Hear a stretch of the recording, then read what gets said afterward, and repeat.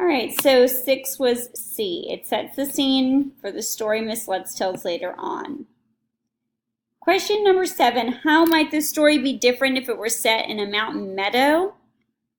A, the brother and sister would likely have been more afraid of the dark.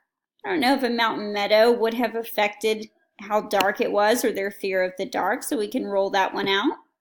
B, the family probably would not have told stories around a campfire. Well, camping isn't something you don't do in the mountains. Just because you're in the mountains doesn't mean you wouldn't have a campfire, so we can roll that one out. C, the family would have hiked to the mountain instead of taking a boat. Is that true? This one is very probably true. If you are going to a mountain meadow, you'll need to hike there. You don't usually take a boat up a mountain. D, the stars would not have played such an important role in the passage. Well, the stars are in the sky whether you're on the water or on a mountain, so stars are not affected by a mountain landscape. So the only option that a mountain landscape really would have an effect on would be C, the mode of travel, hiking instead of taking a boat. C is correct. The next story is about Clayton, who lives with his family inside of a colony on the moon. Clayton gets homesick talking to his friends Darren and Liza, and he's surprised with a special trip that they'll pay to see him on the moon. Question 9, the paragraph where Clayton tells his friends he misses them contains the blank part of the plot. Well, let's go back and look. Where do his friends tell him that they miss him? We see Clayton is missing his home on Earth. He talks to his dad in the kitchen and then runs to his room to call Darren and Liza. They have a nice chat, and then there's still a lot of plot that follows. So let's see, rising action.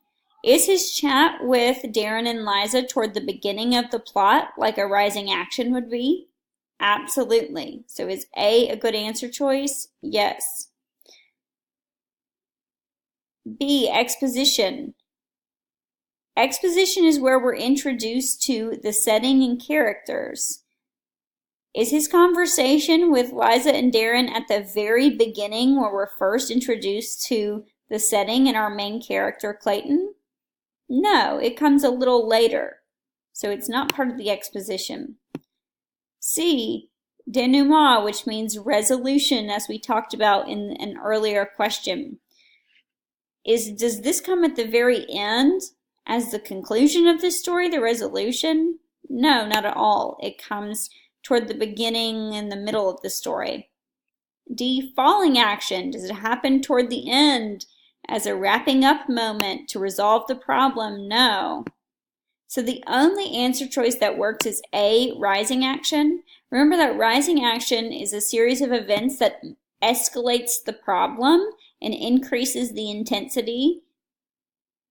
Do we see the problem that we're introduced to in the beginning, that Clayton is missing his home on Earth? Is that being escalated? Is that being made bigger by his conversation where he tells his friends he misses them?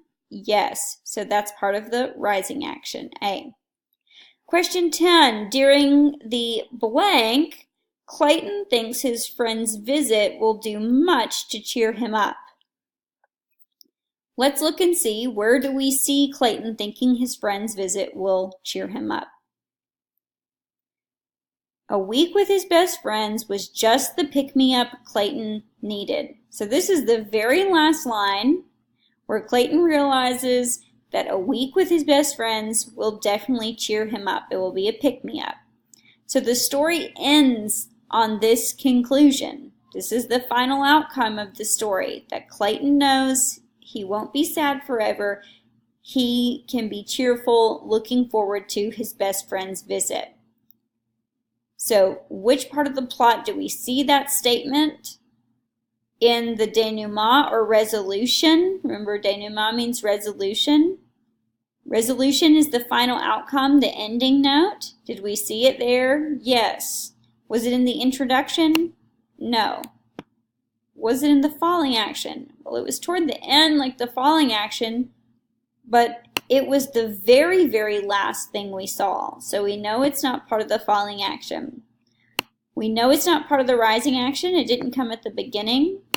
So the obvious answer choice is A, denouement or resolution. Resolution. Question 8, how does this sentence contribute to the story's plot? Remember, when you see a question that asks, how does this story contribute to the plot? The question is asking, how does this affect what happens in the story? How does it affect the events in the story? I want to go home. Can't I take the next shuttle and go stay with Aunt Susie? What does this show us about the events in the story, or how does it affect the events in the story? Clayton is saying this. He's begging his parents to go home. A, it suggests or shows that Clayton's family is about to go home. It doesn't tell us directly that his family is going to go home. He's just whining a little bit and begging to go home.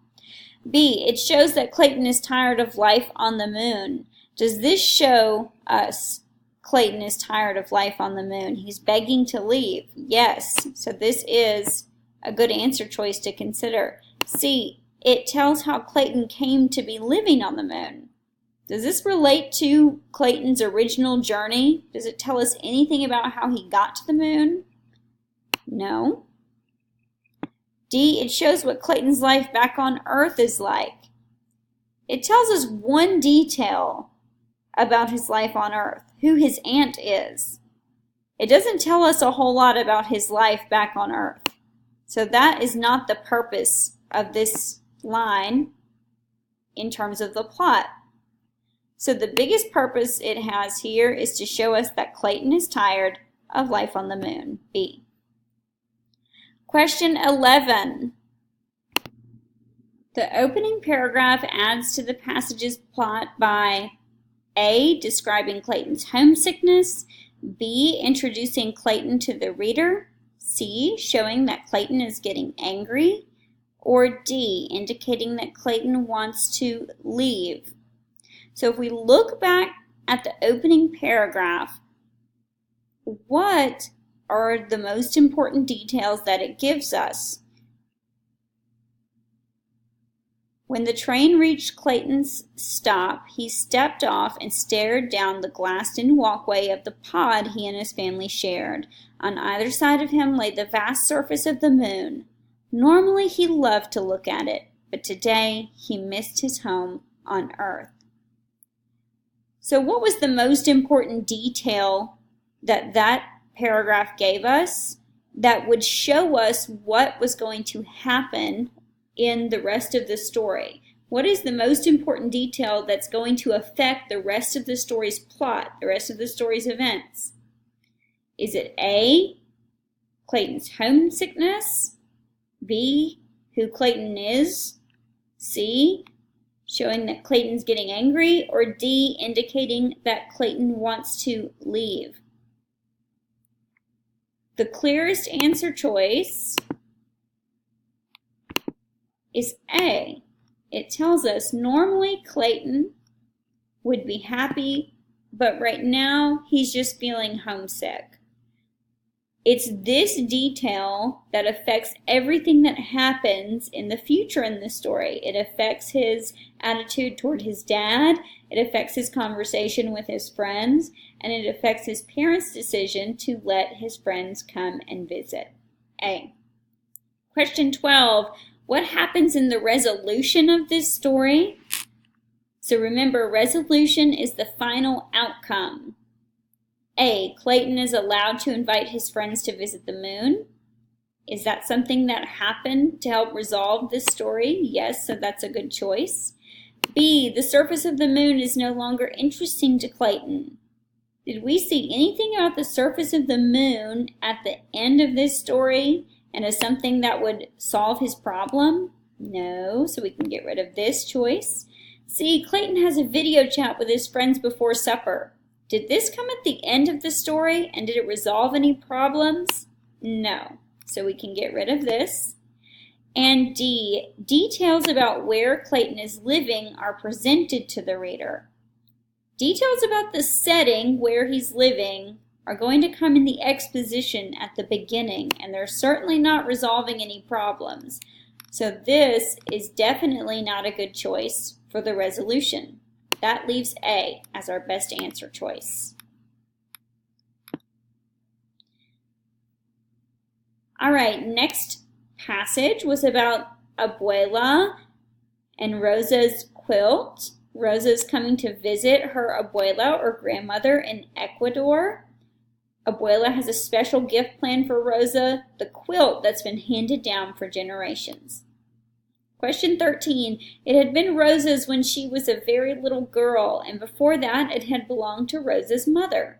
Abuela planned to give the quilt to Rosa on her last day in Ecuador. She hoped that Rosa could pass it down to her child someday. From these sentences, the reader can tell that A, tradition is very important to Abuela.